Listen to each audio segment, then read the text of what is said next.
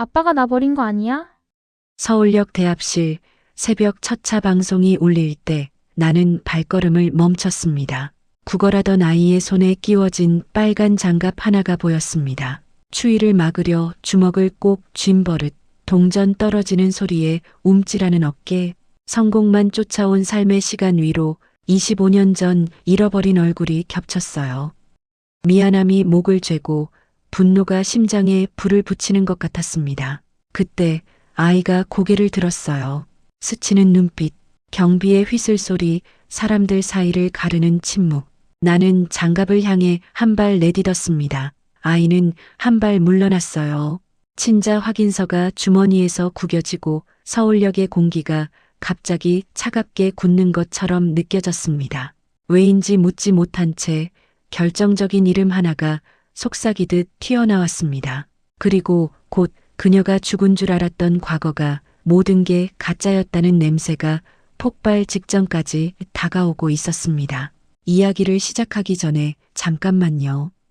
이 이야기가 어디로 향할지 함께 지켜봐 주시고 댓글로 여러분의 생각도 남겨주세요. 저는 겨울이면 언제나 같은 가죽 장갑을 꼈습니다. 검은색 소가죽의 안감은 캐시미어로 된 백화점에서 파는 그런 고급 장갑은 아니었어요. 동대문 뒷골목 가죽 공방에서 맞춘 것이었죠. 20년도 더 된 물건인데 손바닥 부분은 이미 기름때가 베어 번들거렸습니다. 가죽 이음새는 여기저기 터져 있었고 손목 부분 스냅 단추는 한쪽이 떨어져 나간 지 오래였어요. 그래도 저는 매년 가을이 오면 이 장갑을 찾았습니다. 손이 시려서가 아니었어요. 맨손으로 세상을 만지는 게 싫어서였죠. 사무실 창밖으로는 한강이 보였습니다. 여의도 빌딩 32층, 제가 일군 회사의 본사였어요. 건설과 부동산, 물류까지 손대지 않은 분야가 없었죠. 아침마다 비서들이 올려주는 보고서만 해도 두툼했습니다. 전국 각지 공사 현장 현황, 부동산 매입건, 물류센터 수익률 분석, 숫자들은 언제나 우상향 곡선을 그렸어요. 하지만 저는 이 모든 게 자랑스럽지 않았습니다. 그저 익숙할 뿐이었어요. 새벽 5시에 눈을 뜨고 저녁 11시에 잠드는 삶. 그 사이에 사람은 없고 숫자만 있었죠. 사람들은 저를 성공한 사업가라 불렀지만 저 자신은 그저 살아남은 사람이라고 생각했습니다. 저는 책상 서랍을 열었어요. 맨 아래 칸, 먼지 쌓인 서류 뭉치 사이에 사진 한 장이 있었습니다. 오래된 폴라로이드였죠. 색은 바랬지만 얼굴은 선명했어요. 젊은 여자가 웃고 있었습니다. 정서연, 빨간 털장갑을 낀 손으로 눈을 살짝 가리며 웃던 모습이었어요. 사진 뒷면엔 연필로 휘갈긴 글씨가 있었습니다. 98년 겨울, 인수 씨 손 꼭 쥐어요. 저는 그 글씨를 외울 정도로 많이 봤지만 볼 때마다 가슴이 먹먹해졌죠. 저는 사진을 만지지 않았습니다. 그저 보기만 했어요. 손을 대면 부서질 것 같았거든요. 이미 부서진 기억을 더 부수고 싶지 않았죠. 서연과 만난 건 IMF 직전이었습니다. 저는 그때 작은 버스 회사를 운영했어요. 새마을버스 노선 2개, 차량 15대. 빚은 많았지만 희망도 있었죠. 매일 아침 차고지에서 기사들과 커피를 마시며 농담을 주고받았고 주말엔 차량 정비를 직접 했습니다. 기름때 묻은 손으로 렌치를 돌리고 엔진 소리를 들으며 상태를 확인했어요. 그때는 손이 더러워지는 게 전혀 싫지 않았습니다. 서연은 그 버스 회사 사무실에서 격리 일을 했어요. 26, 저보다 4살 아래였습니다. 서연은 작은 체구의 목소리도 조용했지만 숫자만큼은 단 한 번도 틀린 적이 없었어요. 장부를 정리하는 손놀림이 정확했고 급여 계산도 늘 제 시간에 끝냈죠.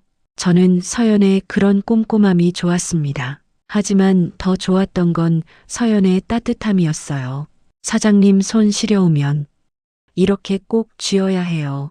서연은 늘 그렇게 말했습니다. 추운 겨울날 새벽 차고지에서 버스 점검을 마치고 나오면 서연이 믹스커피를 건네곤 했어요. 빨간 털장갑을 낀 손으로 종이컵을 쥐며 말했죠. 손 꼭 쥐고 있으면 온기가 안 달아나요. 저는 그 말이 좋았습니다. 손을 쥐면 뭔가 지켜지는 것 같았거든요. 서연은 언제나 두 손으로 컵을 감싸 쥐었어요. 마치 그 작은 온기라도 절대 놓치지 않겠다는 듯이요. 하지만 IMF가 왔습니다. 하루아침에 모든 게 무너졌어요. 버스 회사는 망했고 저는 밤낮으로 채권자들에게 쫓겼습니다. 차고지는 경매로 넘어갔고 버스들은 하나둘 팔려나갔어요. 기사들은 임금을 받지 못한 채 떠났고 사무실엔 독촉장만 쌓였죠. 서연은 그 와중에도 떠나지 않았습니다. 괜찮아요. 다시 시작하면 돼요. 그렇게 말하며 웃었어요. 임금이 밀려도 출근했고 채권자들이 찾아와 소리를 질러도 제 곁을 지켰죠. 그해 겨울 서연은 임신했다고 말했습니다. 저는 기뻤어요. 정말 기뻤습니다. 모든 게 무너진 상황이었지만 새 생명이 온다는 소식은 제게 희망처럼 느껴졌어요. 하지만 기쁨은 길지 않았습니다. 서연의 어머니 정미옥이 나타났어요. 우리 딸 데리고 이렇게 살 거야? 미옥은 차갑게 말했습니다. 당신이 뭘 책임질 수 있어? 빚쟁이한테 쫓기면서 애를 낳겠다고? 저는 아무 말도 못했어요. 빚더미에 앉아 있었고 내일 당장 먹을 쌀도 없었거든요. 미옥은 서연의 팔을 붙잡았습니다. 이 아이 낳으면 안 돼. 당신도 우리 딸도 다 망해. 서연은 울며 매달렸지만 미옥은 단호했어요. 결국 서연은 어머니를 따라갔습니다. 저는 그걸 막지 못했어요. 용기가 없었죠. 그 후로 25년이 흘렀습니다. 저는 빚을 갚았고 다시 사업을 시작했어요. 공장 야간 경비, 다방 배달, 중고차 매매. 손에 잡히는 건 다 했죠. 잠은 하루 4시간, 밥은 김밥 한 줄로 때웠습니다. 사람은 다 잃고 돈만 남았어요. 친구도 가족도 사랑도 없었습니다. 그저 숫자만 불어났죠. 지금은 회장이라 불리지만 저는 여전히 외로웠어요. 겨울마다 장갑을 끼는 이유도 그래서였습니다. 맨손으로 세상을 만지면 서연이 없다는 사실이 더 확실해지니까요. 저는 사진을 다시 서랍에 넣었습니다. 그리고 장갑을 꼈어요. 오늘도 회의가 있었고 계약서에 도장을 찍어야 했죠. 저는 창밖을 바라봤습니다. 눈이 내리기 시작했어요. 하얀 눈발이 한강 위로 흩날렸죠. 저는 생각했습니다. 서연은 지금 어디서 뭘 하고 있을까? 아이는 낳았을까? 아니면 정말 지우고 다른 삶을 살고 있을까? 알 수 없었어요. 알고 싶지도 않았습니다. 알면 또 아플 테니까요. 하지만 저는 몰랐습니다. 오늘 이 눈 내리는 겨울날 모든 게 바뀔 거라는 걸요. 서울역 앞이었습니다. 눈발이 흩날리는 오후 저는 차에서 내렸어요. 오늘은 용산 쪽 부동산 매입건으로 미팅이 잡혀 있었죠. 기사가 우산을 펼쳐들었지만 저는 손을 저었습니다.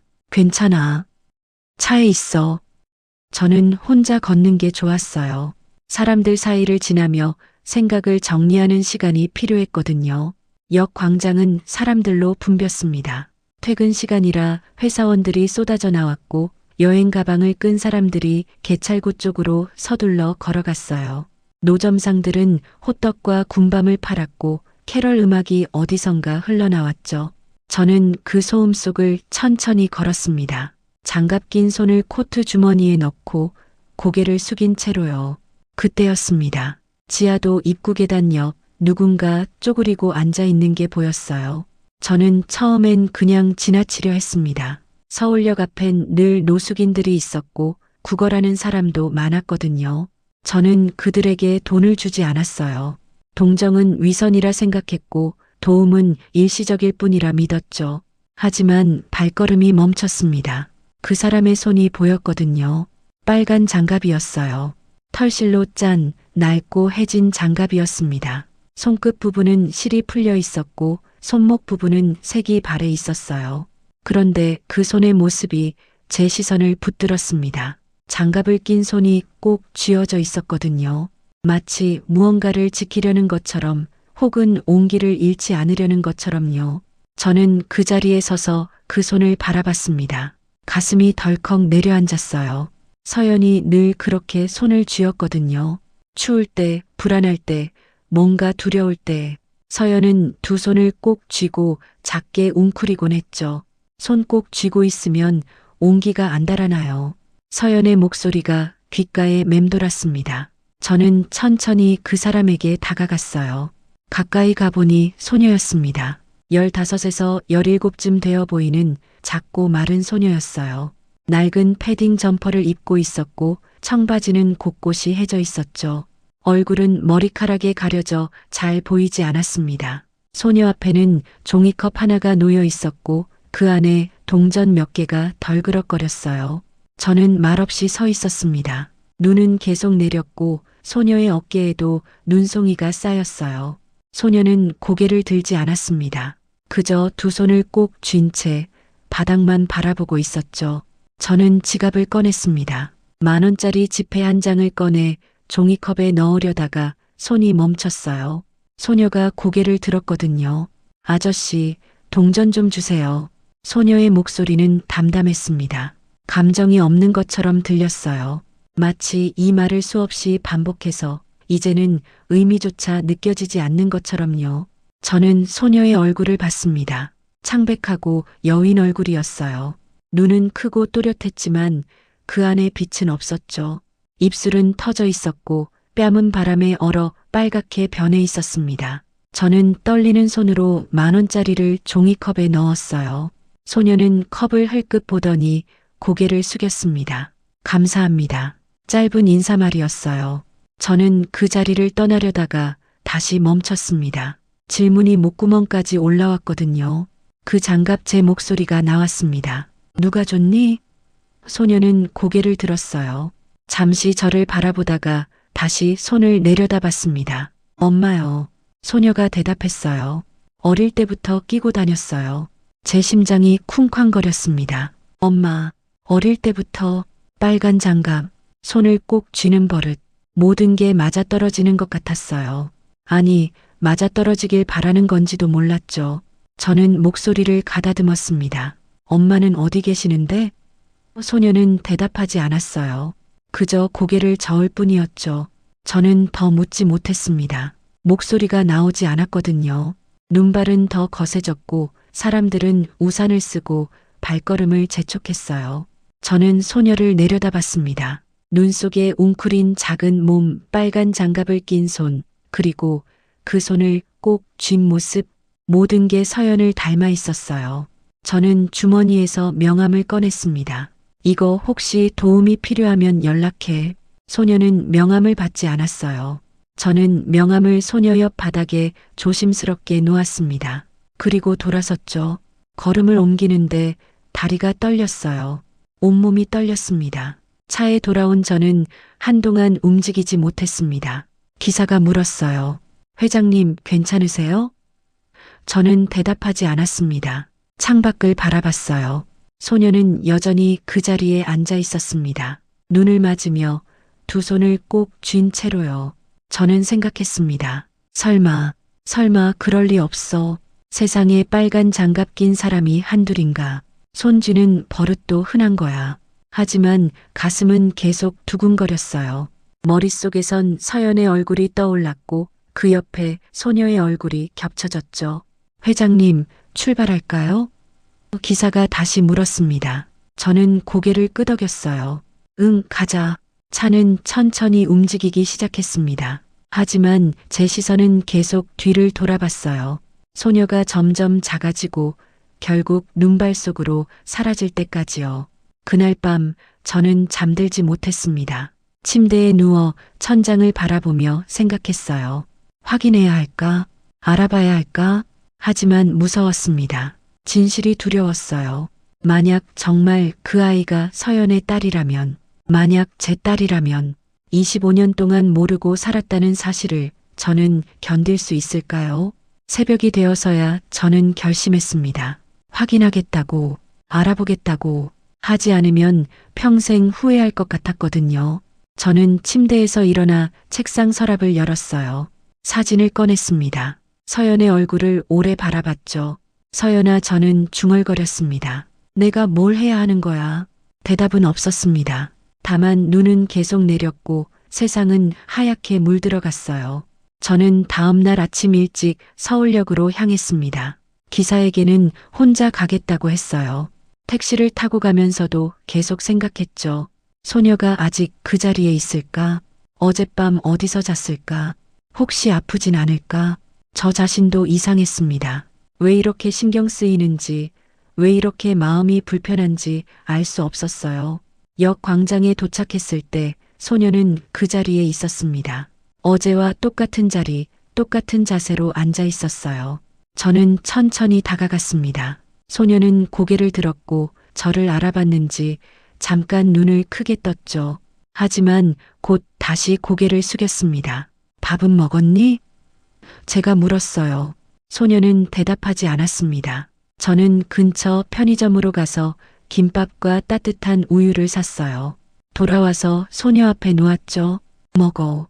소녀는 망설이다가 천천히 김밥을 집어들었습니다. 한 입 베어 물더니 눈물이 그렁그렁 맺혔어요. 배가 많이 고팠던 모양이었습니다. 저는 소녀 옆에 쪼그리고 앉았어요. 눈높이를 맞춰서 물었습니다. 이름이 뭐니? 소녀는 김밥을 씹으면서 작게 대답했어요. 유나요. 저는 그 이름을 되뇌었습니다. 유나. 예쁜 이름이었어요. 유나야, 집은 어디야? 유나는 고개를 저었습니다. 없어요. 제 가슴이 먹먹해졌어요. 부모님은? 유나가 잠시 멈칫했습니다. 엄마는 돌아가셨어요. 목소리가 떨렸어요. 아빠는 몰라요. 엄마가 말 안 해줬어요. 저는 숨이 막혔습니다. 돌아가셨다. 서연이. 하지만 확실하지 않았어요. 이 아이의 엄마가 서연이라는 보장은 없었죠. 엄마 이름이 뭐였는데? 제가 조심스럽게 물었습니다. 유나는 저를 빤히 쳐다봤어요. 왜요? 왜 그걸 물어보세요?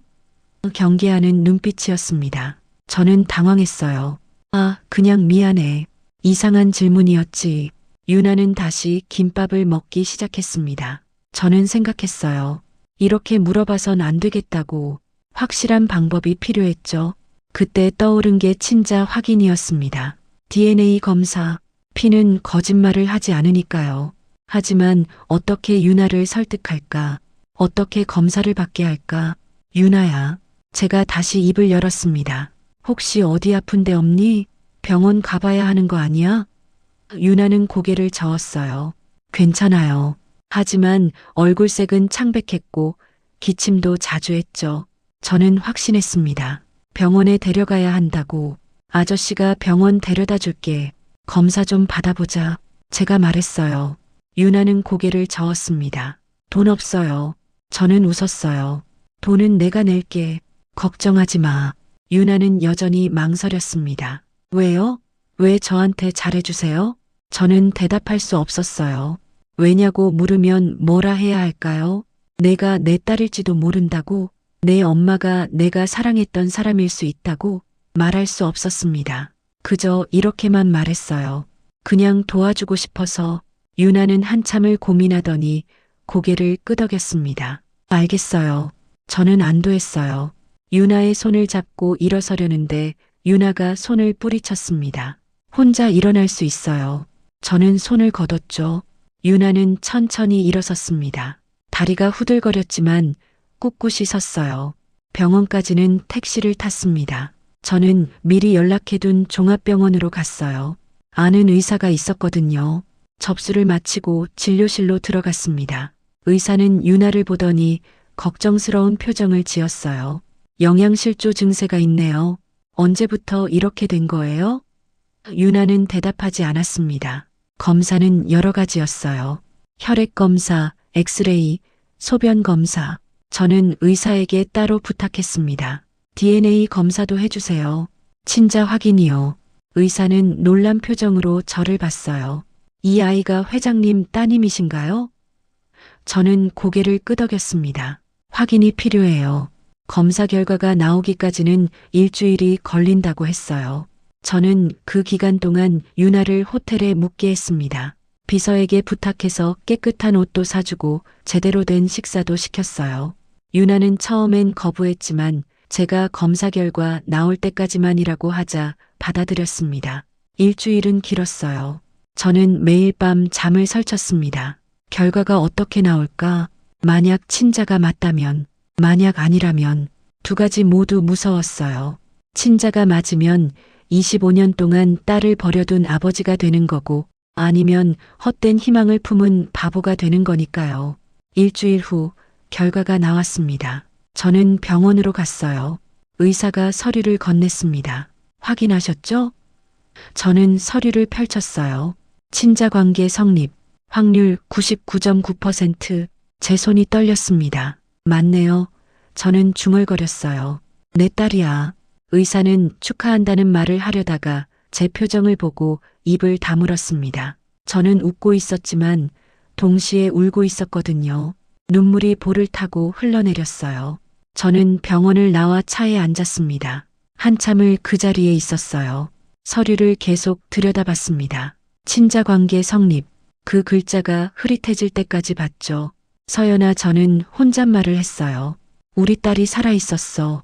우리 딸이. 하지만 기쁨도 잠시, 분노가 밀려왔습니다. 왜 아무도 말해주지 않았을까? 서연은 왜 연락하지 않았을까? 유나는 왜 이렇게 방치됐을까? 저는 알아야 했어요. 진실을 알아야 했습니다. 저는 비서에게 전화했어요. 정서연이라는 사람 찾아봐. 90년대 말에 내 회사에서 일했던 사람이야.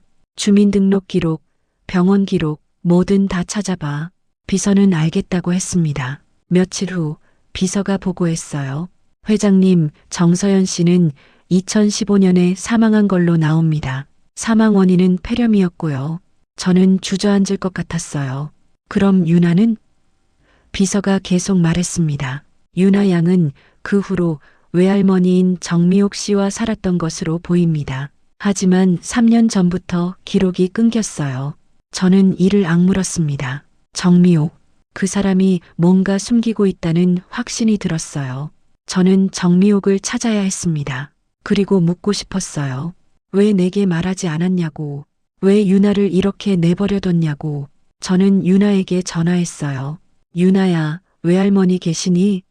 유나는 잠시 침묵하더니 대답했습니다. 네, 계세요. 정미옥 유나의 외할머니, 서연의 어머니. 기사가 물었어요. 어디로 모실까요? 저는 잠시 생각했습니다. 유나에게 가야 할까? 아니면 먼저 준비를 해야 할까? 저는 결정했어요. 호텔로 가자. 유나가 묵고 있는 곳으로. 차가 움직이는 동안 저는 계속 서류를 들여다봤습니다. 믿기지 않았거든요. 정말 유나가 내 딸이라니. 저는 핸드폰을 꺼냈어요. 유나에게 전화하려다가 멈췄습니다. 뭐라고 말해야 할까? 나 내 아빠야라고 하면 유나는 뭐라고 할까?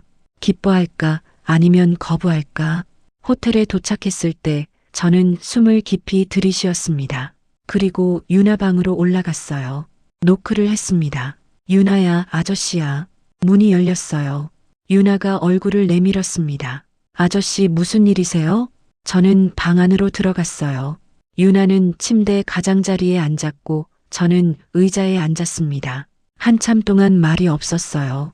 저는 서류를 꺼냈습니다. 이거 검사 결과야. 유나는 서류를 받아들었어요. 천천히 읽어 내려갔습니다. 유나의 손이 떨렸어요. 이게 정말이에요? 저는 고개를 끄덕였습니다. 응, 넌 내 딸이야. 유나는 서류를 내려놓았어요. 눈물이 주르르 흘러내렸습니다. 엄마가 말 안 해줬어요. 아빠가 누군지 저도 울었어요. 미안해. 정말 미안해. 몰랐어. 우리 두 사람은 한참을 울었습니다. 말은 필요 없었어요. 눈물이 모든 걸 말해줬죠. 저는 유나를 안으려 했지만 유나는 살짝 몸을 빼냈습니다. 아저씨, 아니 아빠. 저 아직 낯설어요. 저는 이해한다는 듯 고개를 끄덕였어요. 그때였습니다. 호텔 방문이 벌컥 열렸어요. 두 사람은 깜짝 놀라 돌아봤습니다. 문 앞에 나이든 여자가 서 있었어요. 정미옥이었습니다. 미옥은 숨을 헐떡이며 방 안으로 들어왔어요. 얼굴은 창백했고 눈빛은 날카로웠죠. 유나야.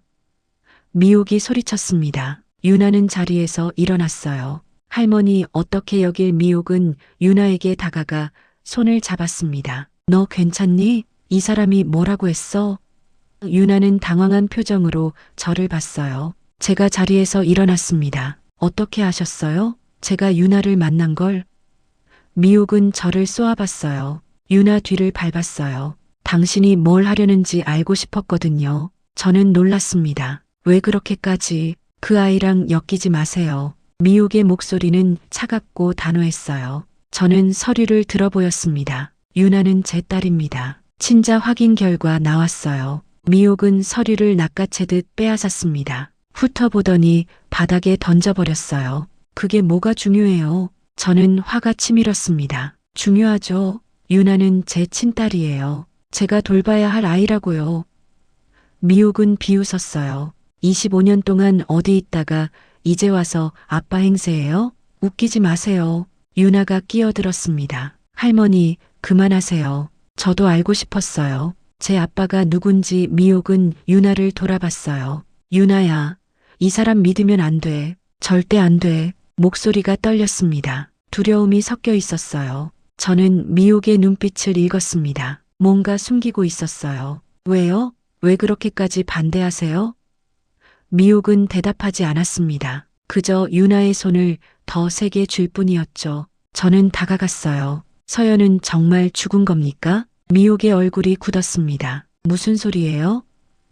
저는 미옥의 눈을 똑바로 봤어요. 제가 조사했어요. 서연 사망 기록, 장례 기록, 뭔가 이상했어요. 너무 간단했거든요. 마치 누가 급하게 처리한 것처럼요. 미옥은 한 걸음 뒤로 물러섰습니다. 무슨 말도 안 되는 소리를. 목소리가 흔들렸어요. 저는 확신했습니다. 뭔가 있다고. 서연은 정말 죽었습니까? 아니면 어디 살아있는 겁니까? 미옥은 고개를 저었어요. 서연이는 죽었어요. 2015년에 폐렴으로 죽었다고요. 저는 고개를 가로저었습니다. 그럼 왜 그렇게 불안해하세요? 왜 눈빛이 흔들려요? 미옥은 대답하지 못했어요. 유나가 물었습니다. 할머니, 뭘 숨기고 계세요? 미옥은 유나를 봤어요. 눈물이 그렁그렁 맺혔습니다. 아무것도 아니야. 하지만 목소리는 떨렸고 손은 부들부들 떨렸어요. 저는 냉정하게 말했습니다. 제가 직접 확인하겠습니다. 병원 기록, 사망 진단서, 장례식장 기록, 전부 다시 조사하겠어요. 그리고 만약 거짓이 있다면. 미옥이 소리쳤어요. 하지 마세요. 제발 그냥 놔두세요. 저는 멈칫했습니다. 미옥의 목소리에 절박함이 묻어났거든요. 왜요? 왜 조사하면 안 되는 겁니까? 미옥은 주저앉았어요. 바닥에 털썩 앉아 고개를 떨궜습니다. 제발 더 이상 파헤치지 마세요. 모두를 위해서. 유나가 미옥 곁에 무릎을 꿇었습니다. 할머니, 진실이 뭐예요? 엄마는 정말 죽은 거예요?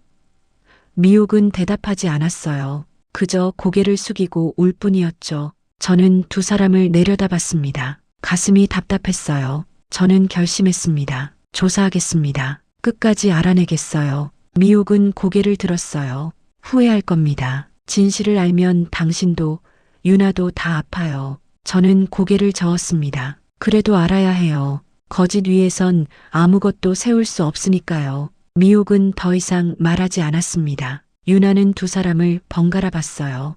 혼란스러웠습니다. 아빠는 진실을 찾겠다 하고 할머니는 숨기려 하고 유나는 어느 쪽을 믿어야 할지 몰랐어요. 저는 호텔 방을 나섰습니다. 미옥은 그 자리에 남아 유나를 꼭 안았어요. 미안해, 유나야. 할머니가 다 망쳤어. 유나는 미옥의 등을 쓰다듬었습니다. 할머니, 괜찮아요. 다 괜찮아질 거예요. 하지만 유나도 확신할 수 없었어요. 정말 괜찮아질까? 진실이 밝혀지면 어떻게 될까? 유나는 빨간 장갑을 만지작거렸습니다. 엄마가 준 장갑이었어요. 엄마는 정말 죽은 걸까? 아니면 어딘가 살아있는 걸까? 그날 밤 저는 비서에게 전화했습니다. 정서연 관련 기록 전부 다시 조사해. 병원, 장례식장, 사망 진단서 발급 기록 하나도 빠짐없이 찾아봐. 비서는 알겠다고 했어요. 저는 창밖을 바라봤습니다. 눈이 또 내리고 있었어요.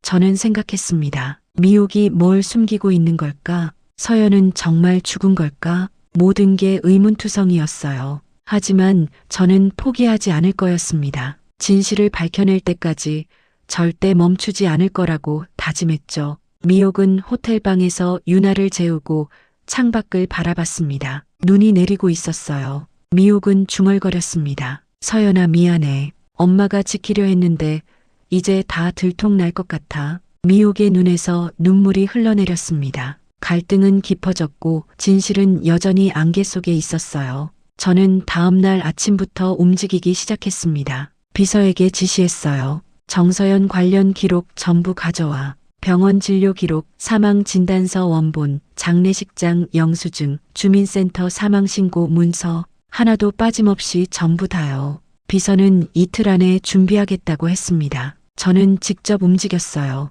서연이 마지막으로 살았다는 주소지로 찾아갔습니다. 경기도 외곽의 낡은 다세대 주택이었어요. 집주인을 만나 물었죠. 2015년쯤에 정서연이란 사람 여기 살았나요?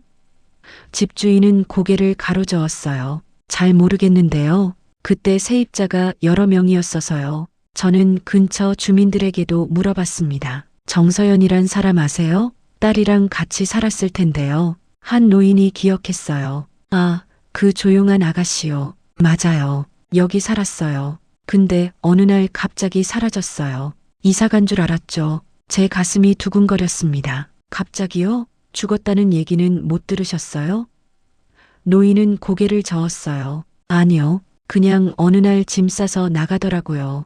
구급차나 그런 거 본 적 없어요. 저는 메모했습니다. 뭔가 이상했어요. 이틀 후 비서가 서류 뭉치를 들고 왔습니다. 회장님, 가져왔습니다. 저는 사무실 문을 잠그고 서류를 펼쳤어요. 하나씩 확인하기 시작했습니다. 먼저 사망 진단서였어요. 2015년 3월 20일 사망 원인은 폐렴. 발급병원은 경기도의 한 작은 병원이었죠. 저는 그 병원에 전화했습니다. 정서연이란 환자 기록 확인 부탁드립니다. 담당자가 확인해 보더니 말했어요. 외래 기록은 있는데 입원 기록은 없네요. 저는 놀랐어요. 사망 진단서가 발급됐는데 입원 기록이 없다고요? 담당자가 다시 확인했습니다. 네, 이상하네요. 보통 사망 진단서는 입원 중이나 응급실에서 사망했을 때 발급되는데 이 경우는 외래 진료만 받고 간 기록밖에 없어요. 저는 감사 인사를 하고 전화를 끊었어요. 뭔가 조작됐다는 확신이 들었습니다. 다음은 장례식장 영수증이었어요. 경기도의 한 작은 장례식장에서 발급한 거였습니다. 저는 직접 그곳으로 찾아갔어요. 사장을 만나 물었습니다. 2015년 3월에 정서연이란 분 장례 치렀나요? 사장은 기록을 뒤적이더니 고개를 끄덕였어요. 네, 있네요. 근데 아주 간소하게 했어요. 빈소도 안 차리고 바로 화장했어요. 조문객은요? 제가 물었습니다. 사장은 고개를 저었어요. 거의 없었어요. 가족 한 분하고 아이 하나. 그게 전부였어요. 저는 물었습니다. 시신은 직접 보셨나요? 사장은 잠시 생각하더니 말했어요. 아니요. 이미 관에 들어가 있었어요. 가족분이 보지 말라고 해서요. 제 온몸에 소름이 돋았습니다. 시신도 확인 안 하고 화장했다는 거였어요. 화장 후 유골은요? 사장이 답했습니다. 가족분이 가져가셨어요. 저는 더 물어볼 게 없었어요. 모든 게 의심스러웠지만 증거는 없었죠. 저는 주민센터로 갔습니다. 사망 신고 기록을 확인하고 싶었거든요. 담당 공무원이 기록을 찾아줬어요. 정서연 씨 사망 신고 2015년 3월 23일에 접수됐네요. 신고인은 정미옥 씨입니다. 저는 서류를 자세히 봤습니다. 사망 진단서 첨부 신고서 작성 모든 게 절차대로 되어 있었어요. 하지만 저는 의심을 거두지 않았습니다. 절차가 맞다고 해서 진실인 건 아니니까요. 저는 공무원에게 물었어요. 사망 진단서 진위 확인은 안 하나요? 공무원이 답했습니다. 병원에서 발급한 거면 보통 그냥 받아들여요. 일일이 확인하긴 어렵거든요. 저는 고개를 끄덕였어요. 그렇다면 가짜 사망 진단서를 만들어도 통과될 수 있다는 뜻이었죠. 저는 사무실로 돌아와 모든 자료를 정리했습니다. 병원 입원 기록 없음, 장례식장에서 시신 미확인, 사망 신고는 형식적 절차만 거침, 모든 게 맞아떨어졌어요. 서연은 죽지 않았을 가능성이 높았습니다. 저는 비서에게 지시했어요. 정서연 주민등록 조회해봐. 사망 처리 후에 어떤 기록이 있는지 확인해. 비서는 며칠 후 보고했습니다. 회장님, 이상한 점을 발견했습니다. 정서연 씨 명의로 2016년에 건강보험 진료 기록이 하나 있어요. 저는 벌떡 일어났습니다. 뭐라고? 죽은 사람이 병원 갔다고? 비서가 고개를 끄덕였어요. 네, 분명히 사망 처리됐는데 그 다음에 진료 기록이 남아 있어요. 실수일 수도 있지만 저는 확신했습니다. 실수가 아니야. 서연은 죽지 않았어. 저는 즉시 정미옥을 찾아갔습니다. 미옥이 사는 낡은 빌라였어요. 문을 두드렸습니다. 정미옥 씨, 저 박인수입니다. 문 열어요. 한참 후 문이 열렸어요. 미옥은 지쳐 보였습니다. 무슨 일이세요? 저는 방 안으로 들어가 서류를 탁자에 내려놨어요. 이게 뭡니까?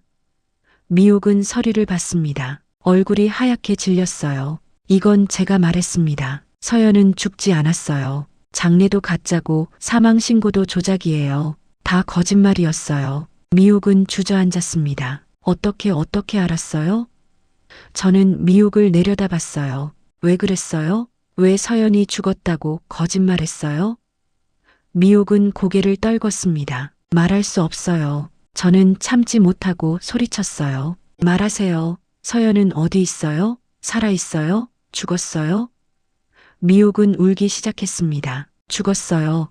정말 죽었어요. 근데 나중에요. 2015년이 아니라 2018년에요. 제 숨이 막혔습니다. 무슨 소리예요? 미옥이 떨리는 목소리로 말했어요. 서연이가 아팠어요. 암이었어요. 근데 치료비가 없어서 저는 두려웠어요. 당신이 알면 서연이를 데려갈까봐, 유나를 빼앗아갈까봐. 제 무릎이 꺾였습니다. 바닥에 주저앉았어요. 그래서 가짜로 죽음을 꾸민 거예요? 미옥은 고개를 끄덕였습니다. 내 서연이를 숨기고 싶었어요. 당신한테서 멀리. 근데 서연이는 결국 3년 후에 진짜로 세상을 떠났어요. 제 가슴이 찢어지는 것 같았어요. 왜 그렇게까지 했어요? 미옥이 울며 말했습니다. 당신이 성공하는 걸 봤어요. 뉴스에 나오고 돈 많이 버는 거 무서웠어요. 당신이 나타나서 유나를 데려가면 서연이랑 저는 아무것도 남지 않을 것 같았어요. 저는 이해할 수 없었어요. 그게 두려움이에요? 욕심 아니에요? 미옥은 고개를 저었습니다. 욕심도 있었어요. 인정해요. 유나를 제 곁에 두고 싶었어요. 서연이의 유일한 흔적이니까요. 저는 주먹을 쥐었습니다. 서연은 어디 묻혔어요? 제가 물었습니다. 미옥이 대답했어요. 경기도 작은 납골당이에요. 이름도 바꿔서 안치했어요. 저는 주소를 받아 적었습니다. 2018년 3년 동안 서연은 어디서 뭘 했어요? 미옥이 말했습니다. 집에서 투병했어요. 병원비가 없어서 제대로 된 치료도 못 받았어요. 진통제로 버티다가 결국 갔어요. 저는 눈물을 흘렸습니다. 그동안 저한테 연락했으면 제가 도왔을 텐데. 미옥은 웃었어요. 비참한 웃음이었습니다. 도와줬을 거라고요? 당신은 20년 넘게 우릴 찾지도 않았잖아요. 갑자기 나타나서 무슨 도움을 줘요? 저는 할 말이 없었어요. 미옥의 말이 맞았거든요. 저는 무너졌습니다. 사랑도 책임도 모든 게 너무 늦었어요. 서연은 이미 죽었고 유나는 혼자 남겨졌고 미옥은 거짓으로 모든 걸 덮었습니다. 저는 바닥에 주저앉아 울었어요. 미안해 서연아. 정말 미안해. 미옥도 울었습니다. 저도 미안해요. 제가 잘못했어요. 다 제 욕심 때문이에요. 두 사람은 한참을 울었어요. 방 안은 눈물과 후회로 가득 찼습니다. 저는 일어섰습니다. 서연 만나러 가야겠어요. 미옥이 고개를 끄덕였어요. 같이 가요. 저희는 함께 납골당으로 향했습니다. 차 안은 조용했어요. 말이 필요 없었죠. 납골당에 도착했습니다. 미옥이 안내했어요. 작은 칸, 거기 서연의 위패가 있었습니다. 다른 이름으로 되어 있었지만 미옥은 알고 있었어요. 저는 위패 앞에 무릎을 꿇었습니다. 서연아 나야. 인수야. 저는 한참을 울었습니다. 미안해. 정말 미안해. 너 아파할 때 곁에 없어서 죽을 때도 모르고 있어서 유나를 혼자 두게 해서 다 내 잘못이야. 미옥도 옆에 앉아 울었어요. 한참 후 저는 일어섰습니다. 눈물을 닦고 미옥을 봤어요. 이제 어떻게 하죠? 미옥이 말했습니다. 유나한테 진실을 말해야죠. 더 이상 거짓말은 안 돼요. 저는 고개를 끄덕였습니다. 저와 미옥은 유나를 불렀습니다. 제 집 거실에서 세 사람이 마주 앉았어요. 유나는 두 사람의 굳은 표정을 보고 긴장했습니다. 무슨 일이에요? 저는 깊게 숨을 들이쉬었어요. 유나야, 내가 알아야 할 얘기가 있어. 저는 천천히 말하기 시작했습니다. 서연이 죽지 않았던 것, 미옥이 가짜 장례를 치른 것, 그리고 서연이 3년 후 진짜로 세상을 떠난 것. 모든 진실을 털어놨어요. 유나는 말없이 들었습니다. 얼굴은 창백해졌고 손은 떨렸죠. 이야기가 끝났을 때 유나는 한참 동안 아무 말도 하지 않았어요. 그저 바닥만 바라볼 뿐이었습니다. 제가 조심스럽게 물었어요. 유나야, 괜찮니? 유나는 고개를 들었습니다. 눈에 눈물이 가득했어요. 엄마가 그렇게 아팠어요? 유나의 목소리가 떨렸습니다. 미옥은 고개를 끄덕였어요. 응, 많이 아팠어. 근데 너한테 걱정 끼치고 싶지 않아서 숨겼어. 유나는 울기 시작했습니다. 저 몰랐어요. 엄마가 그렇게 힘들어하는 줄. 미옥이 유나를 안았어요. 미안해, 유나야. 할머니가 잘못했어. 진작 아빠한테 연락했어야 했는데 할머니가 너무 욕심을 부렸어. 유나는 미옥의 품에서 울었습니다. 아니에요. 할머니는 나를 지키려 했던 거잖아요. 저는 그 말을 듣고 가슴이 저렸어요. 유나는 미옥을 원망하지 않았습니다. 오히려 이해하려 했죠. 저는 저 자신을 돌아봤어요. 나는 뭘 했나? 25년 동안 나는 뭘 했나? 저는 고개를 숙였습니다. 유나야, 제가 말했어요. 난 도망쳤어. 내 엄마가 힘들 때, 너를 낳았을 때 난 빚에 쫓기는 게 무서워서 도망쳤어. 용기가 없었어. 유나는 저를 봤습니다. 아빠도 힘드셨잖아요. 저는 고개를 저었어요. 아니야, 변명이야. 난 비겁했어. 돈만 쫓아다니면서 정작 중요한 건 놓쳤어. 너와 내 엄마를. 제 눈에서 눈물이 흘러내렸습니다. 정말 미안해. 아빠 자격도 없는 사람이야. 유나는 일어나 제게 다가왔어요. 그리고 제 손을 잡았습니다. 아빠, 이제라도 괜찮아요. 늦지 않았어요. 저는 유나의 손을 꼭 쥐었습니다. 작고 따뜻한 손이었어요. 빨간 장갑을 벗은 맨손이었죠. 그날 밤 저는 결심했습니다. 모든 걸 내려놓기로요. 다음 날 아침 저는 이사회를 소집했어요. 임원들이 모였을 때 저는 선언했습니다. 저는 오늘부로 회장직에서 물러나겠습니다. 회의실이 술렁거렸어요. 부회장이 물었습니다. 회장님, 갑자기 무슨 말씀이십니까? 저는 차분하게 대답했어요. 제가 놓친 게 있어요. 돈보다 중요한 거리요. 이제 그걸 되찾고 싶습니다. 임원들은 만류했습니다. 회사는 어떻게 하시려고요? 제가 말했어요. 부회장이 맡으세요. 능력 있으니까 잘할 겁니다. 저는 이제 다른 일에 집중하고 싶어요. 임원들은 더 이상 말하지 못했습니다. 제 눈빛이 확고했거든요. 한 달 후 저는 정식으로 회장직을 내려놓았습니다. 언론은 난리였어요. 박인수 회장 정격 사퇴, 재계 거물 은퇴 선언. 하지만 저는 개의치 않았습니다. 인터뷰 요청도 모두 거절했어요. 저는 시간을 유나와 보내기 시작했습니다. 아침마다 유나를 학교에 데려다 줬어요. 저녁엔 같이 밥을 먹었죠. 처음엔 어색했습니다. 뭘 말해야 할지, 어떻게 대해야 할지 몰랐거든요. 하지만 시간이 지나면서 자연스러워졌어요. 어느 날 저녁 유나가 물었습니다. 아빠, 회사 그만둔 거 후회 안 해요? 저는 고개를 저었어요. 전혀. 오히려 이제야 제대로 사는 것 같아. 유나는 미소 지었습니다. 저도 좋아요. 아빠랑 같이 있는 거. 저는 미옥에 대해서도 결정했습니다. 미옥은 여전히 건강이 좋지 않았어요. 당뇨와 심장 질환으로 거동이 불편했죠. 저는 미옥을 찾아가 말했습니다. 요양원으로 모시겠습니다. 미옥은 거부했어요. 필요 없어요. 저 혼자 괜찮아요. 저는 고개를 저었습니다. 제가 하고 싶은 겁니다. 벌을 주려는 게 아니에요. 마지막 존엄을 지켜드리고 싶어서요. 미옥은 저를 봤어요. 눈에 눈물이 맺혔습니다. 왜요? 제가 그렇게 많이 잘못했는데 미옥이 물었습니다. 저는 진심으로 말했어요. 당신도 피해자예요. 가난과 두려움의 피해자. 저도 마찬가지고요. 우리 서로 용서하고 남은 시간을 평화롭게 보내요. 미옥은 한참을 울었습니다. 그리고 고개를 끄덕였어요. 고맙습니다. 저는 미옥을 좋은 요양원으로 모셨습니다. 깨끗하고 조용한 곳이었어요. 간호사들도 친절했죠. 미옥은 처음으로 편안한 잠자리를 얻었습니다. 유나는 주말마다 미옥을 찾아갔어요. 저도 함께 갔습니다. 세 사람은 요양원 정원에 앉아 이야기를 나눴어요. 과거 얘기도 했고 서연 얘기도 했죠. 처음엔 슬펐지만 시간이 지나면서 웃을 수 있게 됐습니다. 어느 날 미옥이 말했어요. 유나야, 할머니 이제 편해. 유나가 물었습니다. 뭐가요?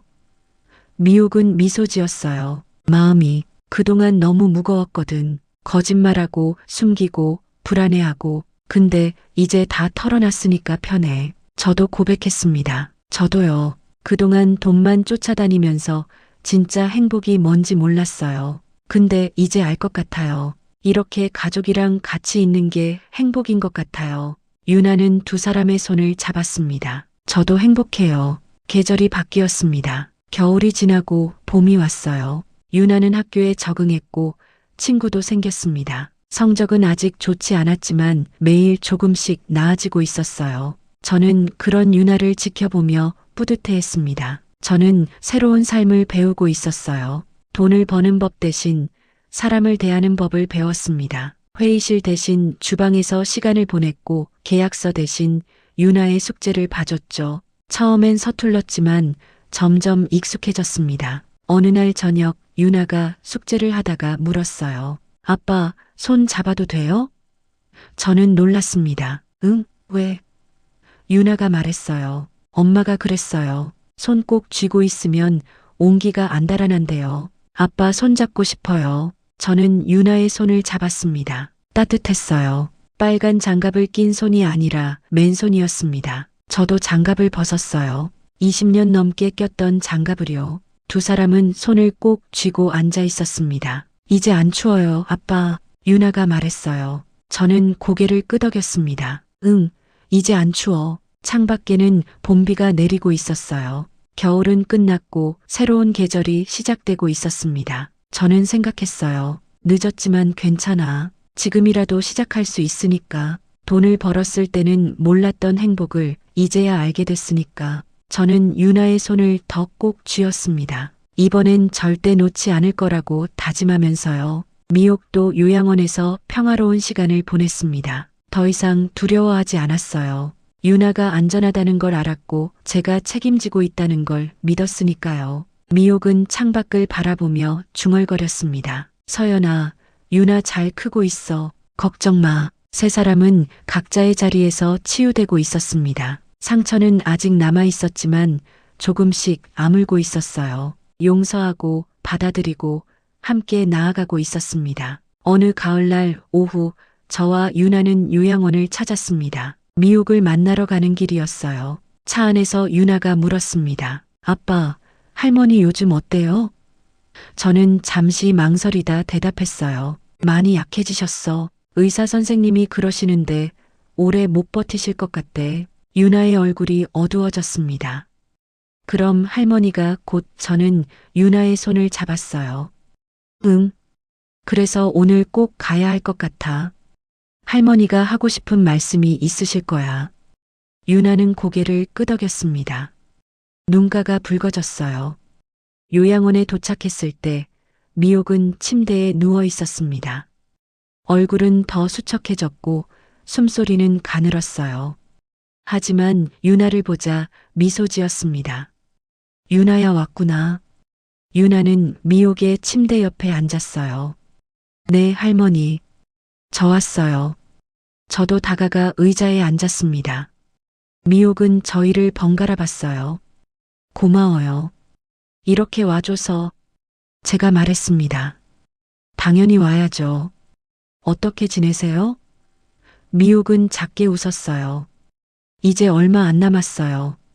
느껴져요. 유나는 눈물을 참으며 말했습니다. 할머니, 그런 말씀하지 마세요. 미옥은 유나의 손을 잡았어요. 괜찮아. 할머니는 이제 편해.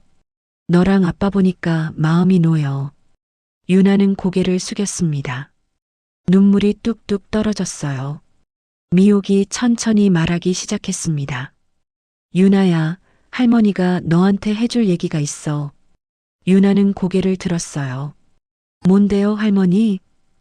미옥은 유나의 손에 낀 빨간 장갑을 바라봤습니다. 그 장갑 말이야. 유나는 자신의 손을 내려다봤어요. 낡고 해진 빨간 장갑이었습니다.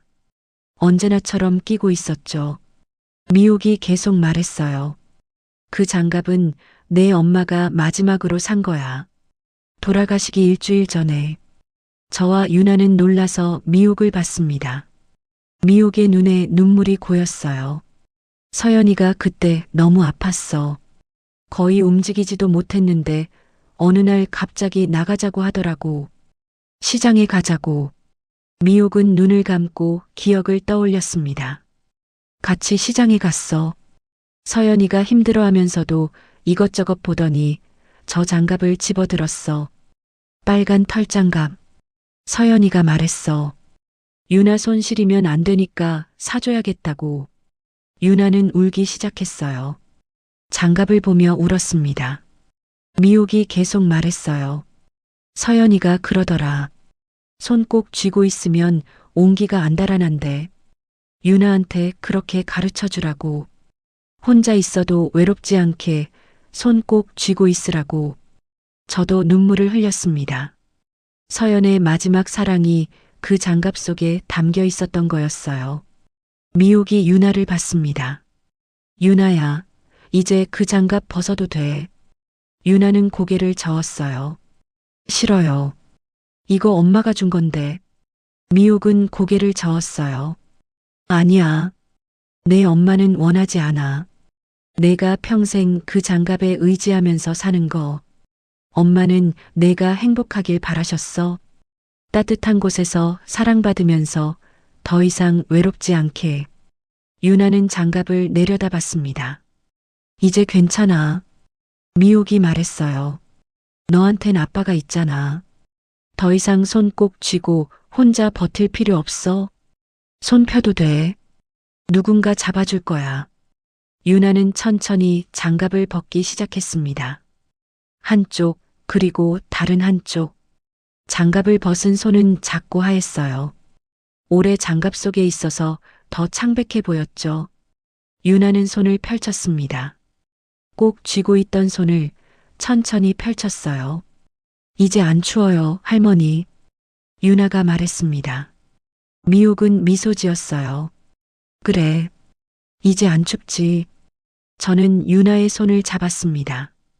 따뜻한 손으로 유나의 차가운 손을 감싸 쥐었어요. 아빠가 있어. 이제 혼자 아니야. 유나는 저를 봤습니다.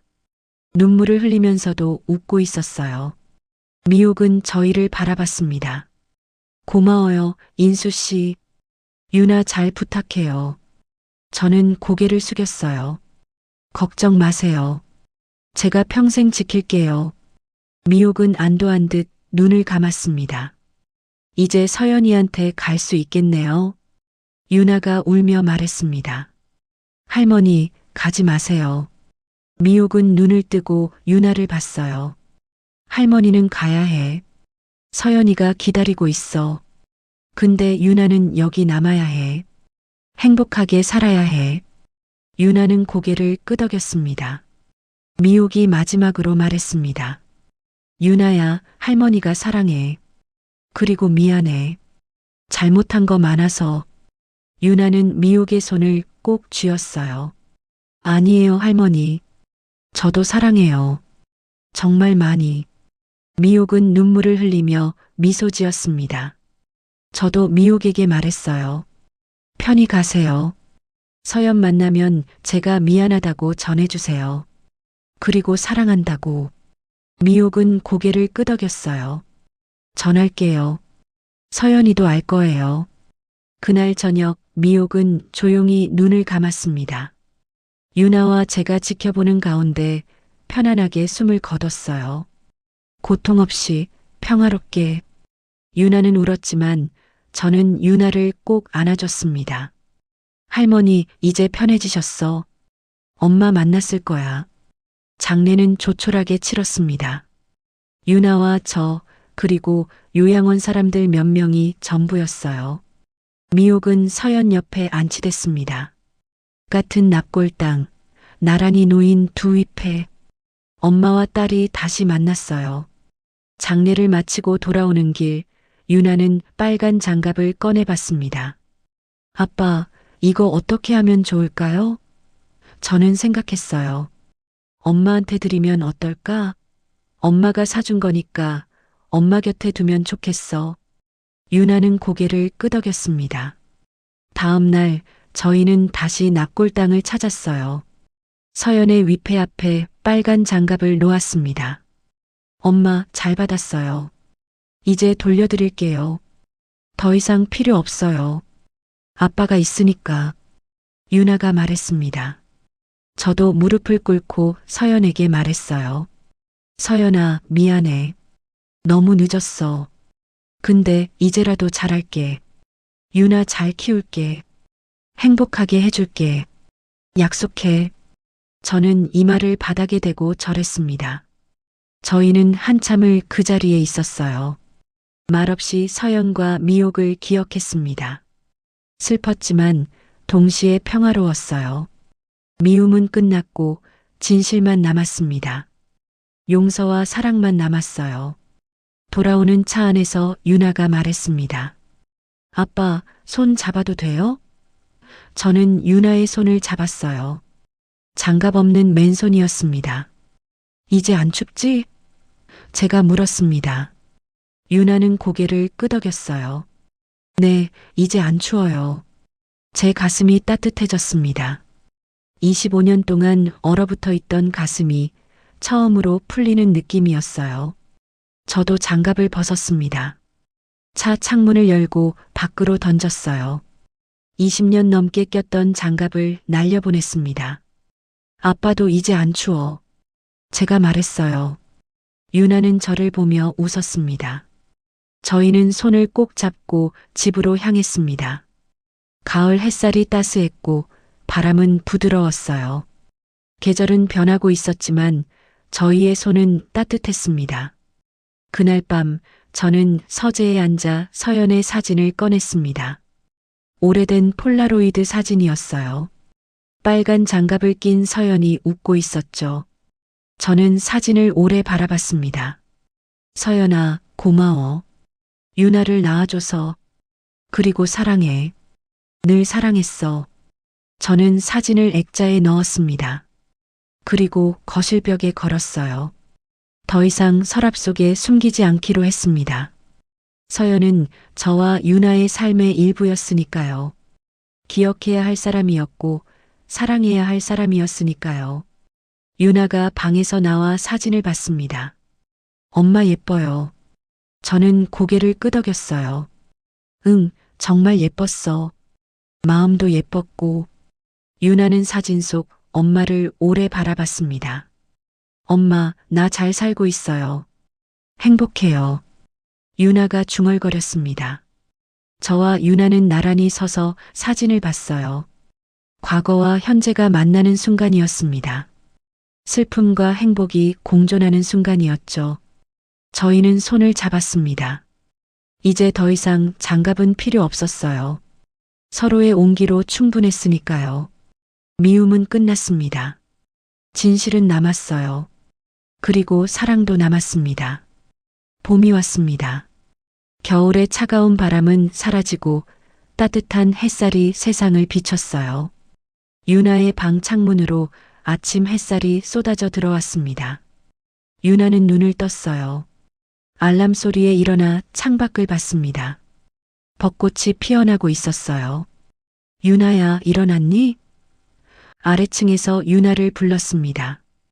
유나는 대답했어요. 네, 아빠. 지금 내려갈게요. 유나는 교복을 입고 거울 앞에 섰습니다. 1년 전과는 많이 달라진 모습이었어요. 얼굴에는 혈색이 돌았고 눈빛은 밝았습니다. 식탁에는 아침 식사가 준비되어 있었어요.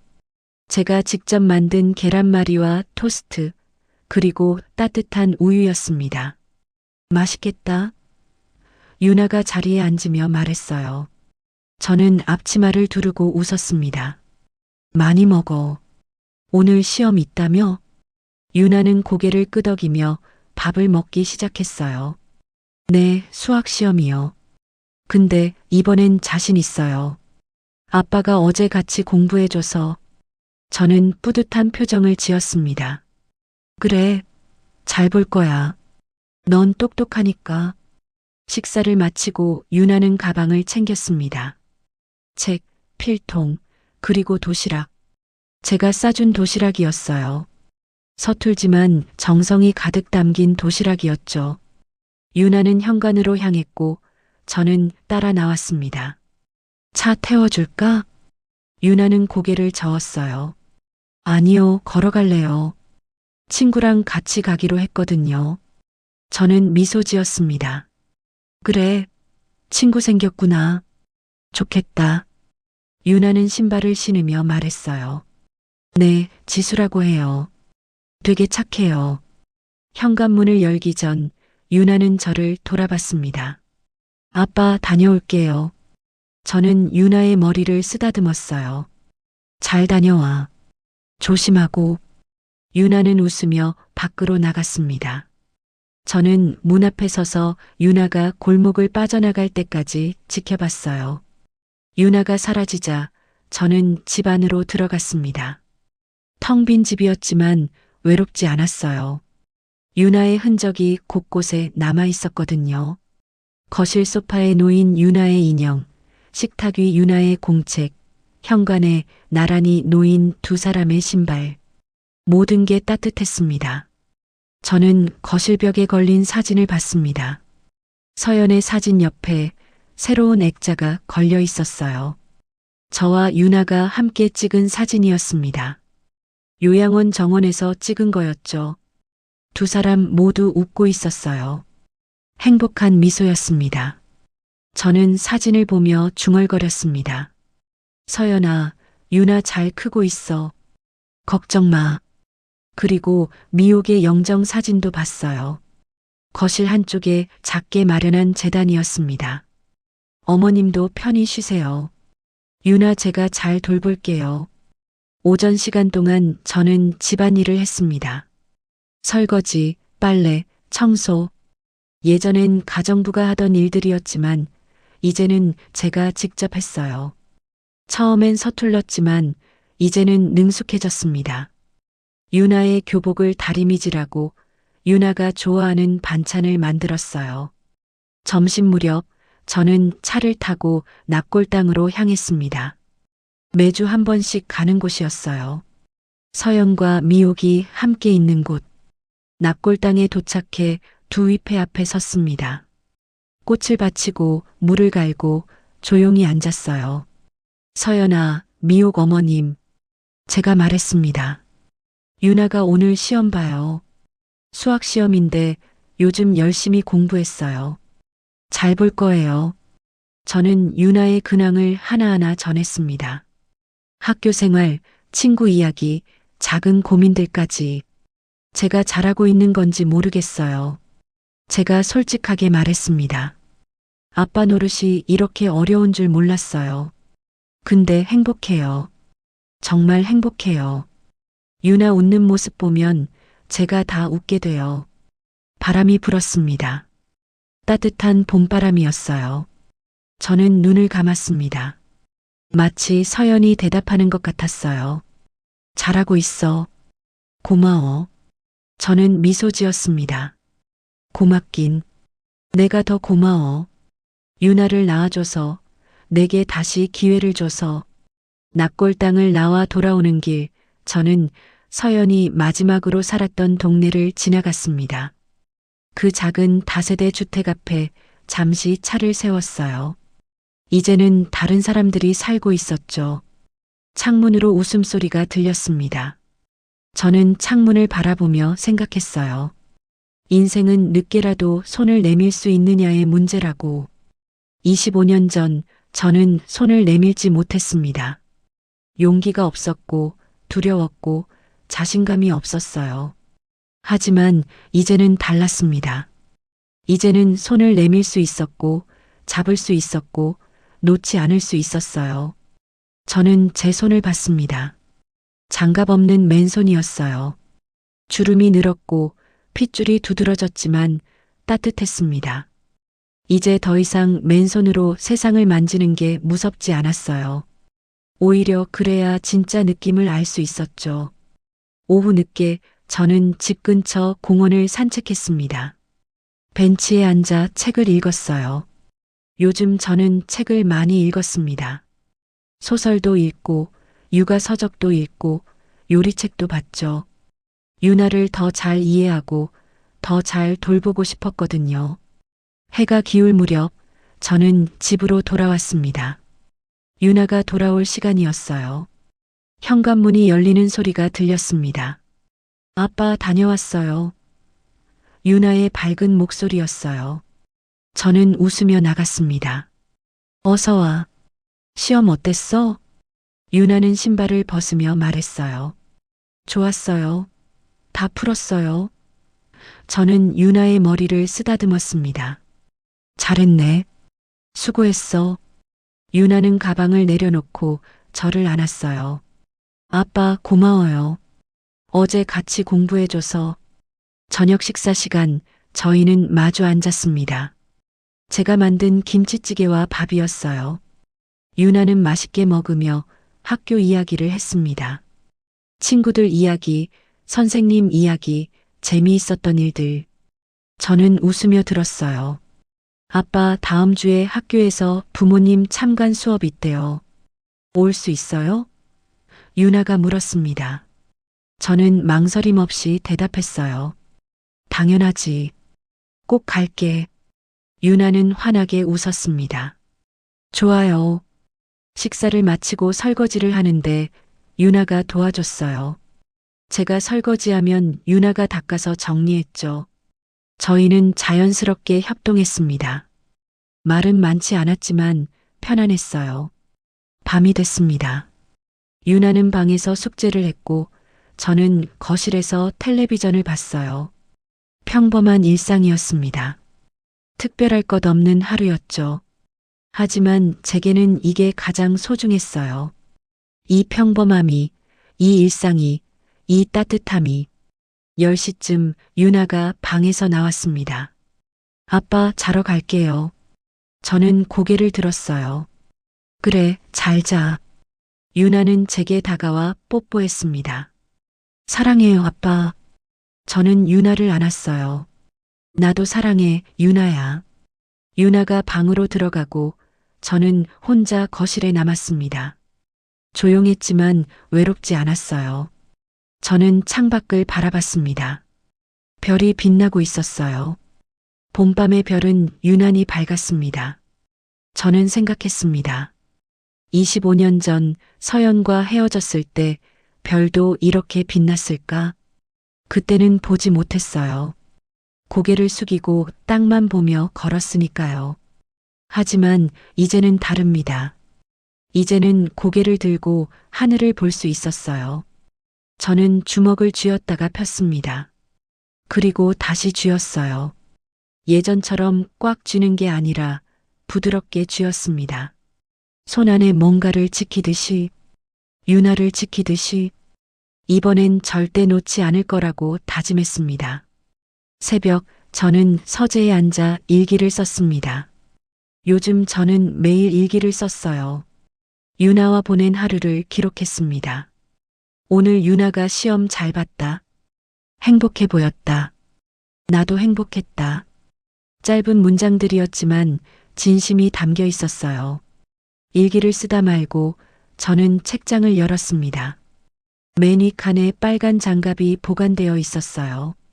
서연과 미옥 곁에 두고 온 줄 알았는데 유나가 하나만 가져온 거였습니다. 기억하고 싶어서요. 라고 유나가 말했었죠. 저는 장갑을 꺼내봤습니다. 낡고 해진 빨간 털장갑이었어요. 하지만 그 안에는 서연의 사랑이 담겨 있었습니다. 유나를 향한 마지막 사랑이요. 저는 장갑을 가슴에 안았습니다. 서연아, 약속 지킬게. 유나 평생 지킬게. 창밖으로 동이 트기 시작했습니다. 새로운 하루가 시작되고 있었어요. 저는 장갑을 다시 책장에 넣고 유나 방으로 갔습니다. 살짝 문을 열어 유나를 봤어요. 평화롭게 자고 있었습니다. 이불을 덮어주고 이마에 뽀뽀했죠. 잘 자, 우리 딸. 저는 속삭였습니다. 그리고 문을 닫았어요. 복도를 지나며 저는 미소 지었습니다. 행복했어요. 진짜 행복했습니다. 돈이 많을 때보다 회장일 때보다 지금이 훨씬 더 행복했어요. 해가 떠올랐습니다. 따뜻한 봄 햇살이 집 안가득 퍼졌어요. 새들이 지저귀고 꽃향기가 창문으로 스며들었습니다. 새로운 계절이었어요. 새로운 시작이었습니다. 저는 주방으로 가서 아침 준비를 시작했습니다. 유나가 좋아하는 계란말이를 만들었어요. 서툴지만 정성스럽게 사랑을 담아서 이제 제 손은 차갑지 않았습니다. 따뜻했어요. 사랑으로 따뜻해진 손이었습니다. 같은 빨간 장갑이었지만 삶은 달라졌습니다.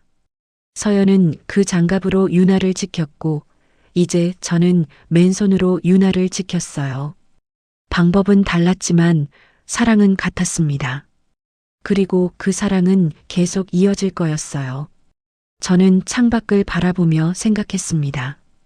인생은 언제든 다시 시작할 수 있다고, 늦었다고 포기하지 않으면 손을 내밀 수 있다고, 그리고 한번 잡은 손은 절대 놓지 않으면 된다고.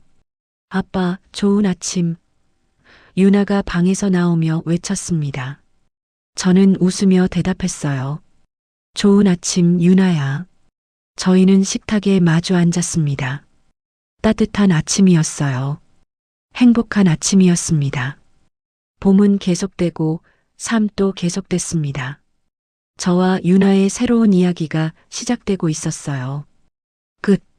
이 시간이 잠시 쉬어가는 자리가 되었다면 구독과 좋아요로 다녀간 흔적 남겨주세요. 또 다른 이야기로 변함없이 곁에 있겠습니다.